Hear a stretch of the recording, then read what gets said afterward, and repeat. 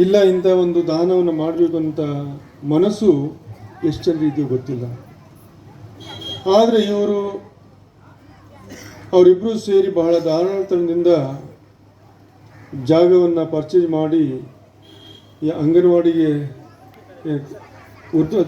ಉರ್ದು ಶಾಲೆಗೆ ಏನು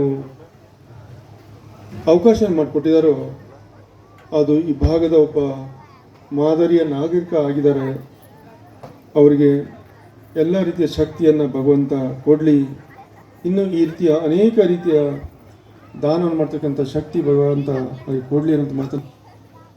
ನಮ್ಮ ರಾಜ್ಯದಲ್ಲೂ ಕೂಡ ಕನ್ನಡಕ್ಕೆ ಅಗ್ರಸ್ಥಾನವನ್ನು ಕೊಡೋದ್ರ ಮುಖಾಂತರ ಭಾಷಾವಾರು ಅಲ್ಲಿಯ ಮಕ್ಕಳು ಅವರ ಪೇರೆಂಟ್ಸ್ ಏನು ಅಪೇಕ್ಷೆಯನ್ನು ಪಡ್ತಾರೋ ಆ ಭಾಷೆಯಲ್ಲಿ ಸರ್ಕಾರವು ಕೂಡ ಅವರಿಗೆ ಶಿಕ್ಷಣ ಕೊಡೋದಕ್ಕೆ ಅವಕಾಶವನ್ನು ಮಾಡಿಕೊಟ್ಟಿರುವಂಥ ಸರ್ಕಾರದ ಇಚ್ಛೆ ಏನಿದೆಯೋ ಬಡವ ಬಲ್ಲಿಗ ಅನ್ನುವಂಥ ತಾರತಮ್ಯ ಇಲ್ಲದೇ ಈ ಭಾಗದಲ್ಲಿರ್ತಕ್ಕಂಥ ನಾಡಿನಲ್ಲಿರ್ತಕ್ಕಂಥ ಎಲ್ಲ ಮಕ್ಕಳು ಕೂಡ ಶಿಕ್ಷಣವಂತರಾಗಬೇಕು ಅಂತ ಇಚ್ಛೆ ಸರ್ಕಾರದ್ದು.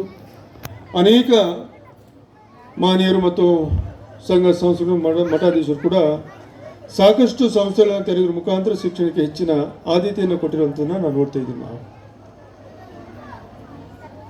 ಈ ಶಿಕ್ಷಣದ ಮಹತ್ವ ಏನು ಅನ್ನೋದನ್ನು ಶಿಕ್ಷಣ ಕಲಿತೇ ಇರ್ತಕ್ಕಂಥ ಶಿಕ್ಷಣವನ್ನು ಹೊಂದದೇ ಇರ್ತಕ್ಕಂಥ ವ್ಯಕ್ತಿಗಳು ಏನಿದಾರಲ್ಲ ಅವರಿಗೆ ಯಾವ ರೀತಿಯ ತೊಂದರೆಗಳಾಗುವಂಥದ್ದು, ಯಾವ ರೀತಿಯ ಸರ್ಕಾರದಿಂದ ಬರ್ತಕ್ಕಂಥ ಸವಲತ್ತಲ್ಲಿರ್ಬೋದು ಅಥವಾ ನೌಕರಿಯಲ್ಲಿರ್ಬೋದು, ಯಾವುದೇ ಒಂದು ವ್ಯವಹಾರವನ್ನು ಮಾಡುವಾಗ ಪ್ರತಿಯೊಬ್ಬರು ಕೂಡ ಶಿಕ್ಷಣದ ಅವಶ್ಯಕತೆ ಇದೆ ಅನ್ನುವಂಥದ್ದನ್ನು ನಾವು ಯಾರು ಕೂಡ ಮರೆಯುವಂಥದ್ದಲ್ಲ.